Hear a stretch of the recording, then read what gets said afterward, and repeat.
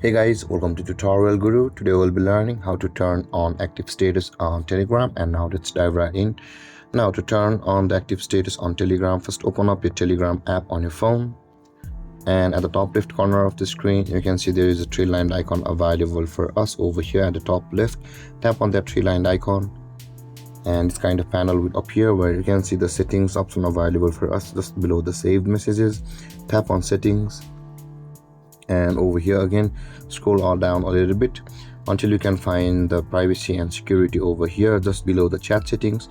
Tap on privacy and security, and you can see there is the last seen and online status option available for us just below the phone number. Tap on last seen and online. Now in order to turn on your active status on Telegram, you can do it for your contacts as well as everyone, depending upon to whom you want to show your online or active. And with that being said guys, I'll be tapping or choosing the everyone. You can go to my contacts only.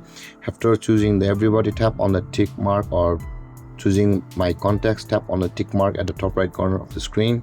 This way guys, your active status on Telegram will be turned on. And guys, this is how to turn on active status on Telegram.